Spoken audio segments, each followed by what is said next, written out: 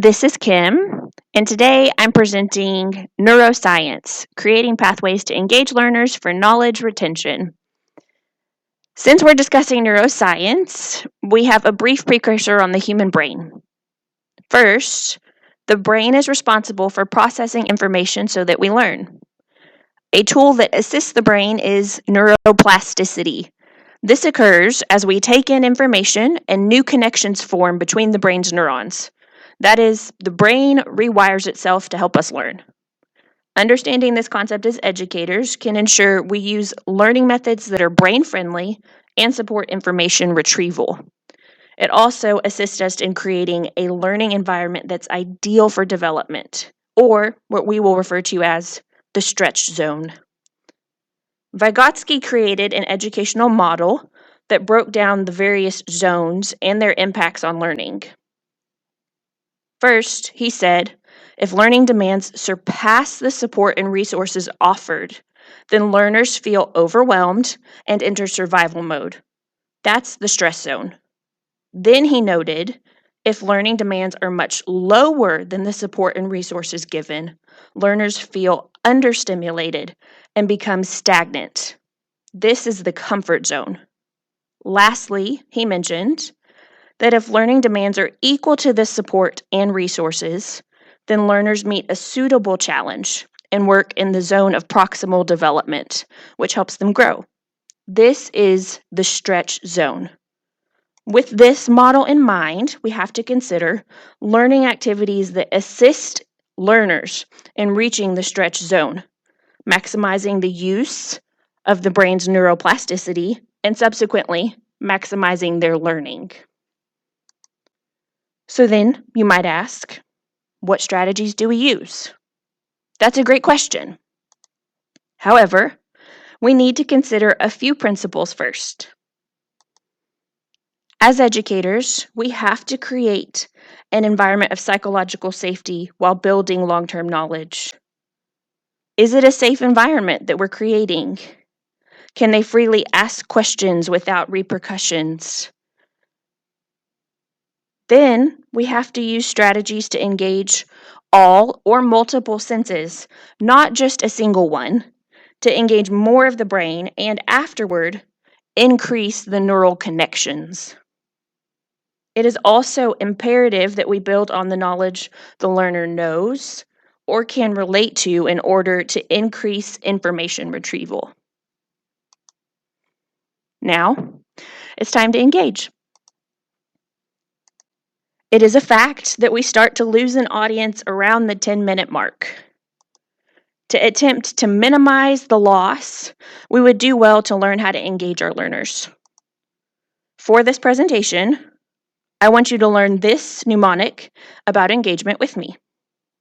T, I, C, or tick.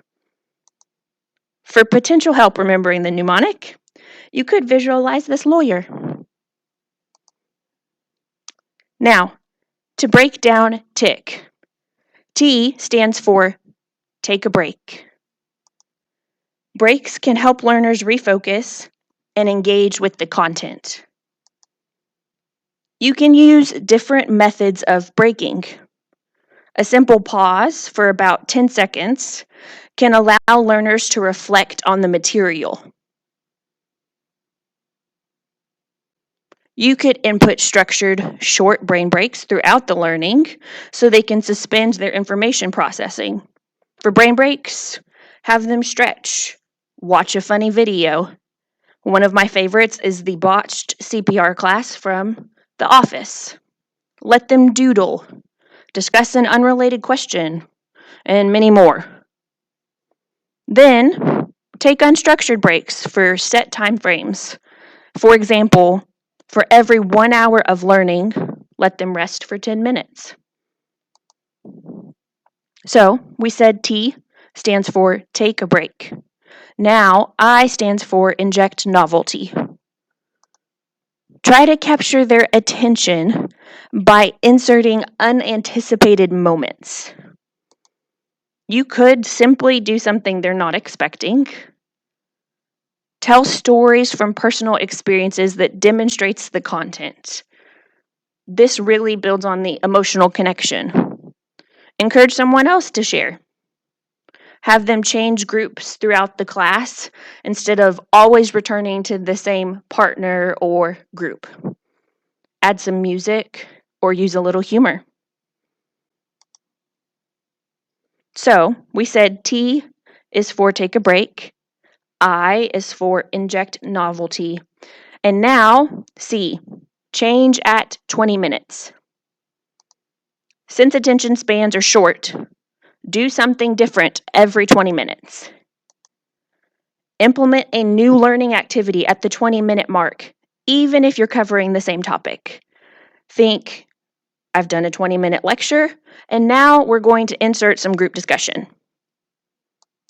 Have a different speaker after 20 minutes. This could be live or a video recording. You could also use something as simple as your voice. Whisper to make a point. Cover a topic in a rapid-fire manner, and then cover the next topic slowly. Use movement. Change the desks around a room. Teach at the front of the room. Walk some while you teach. Teach from the side. And then lastly, we can see a connection here. Take a break. So I want us to take a short brain break by stretching along with the prompts.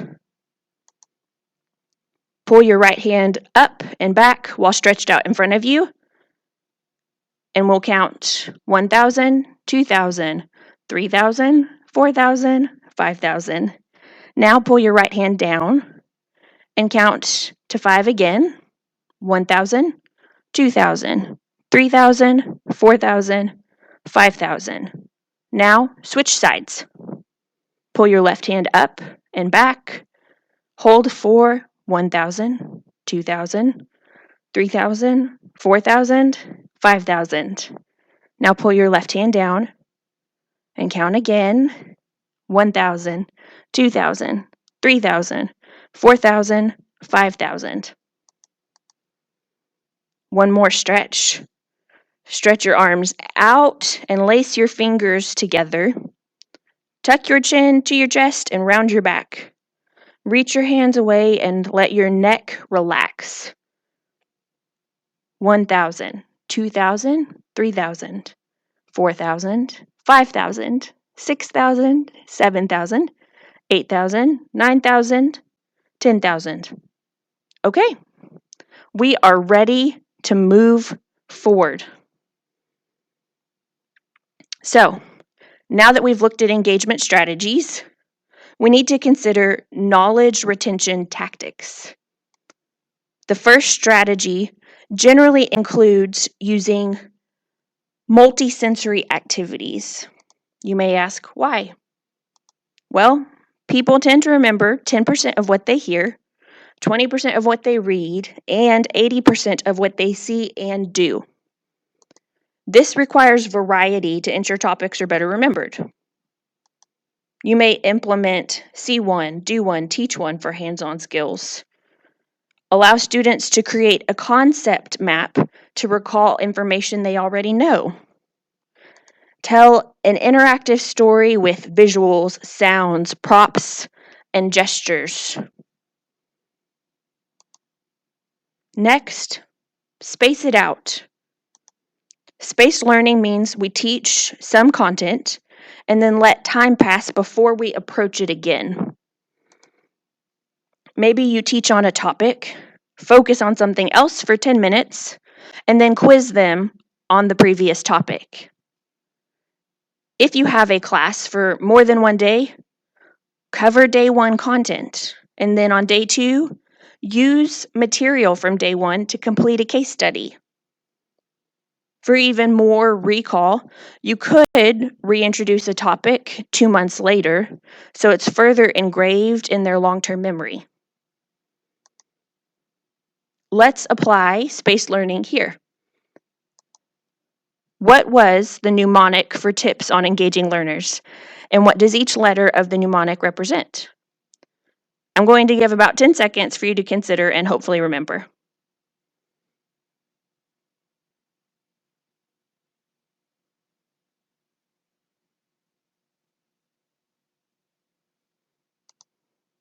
Tick.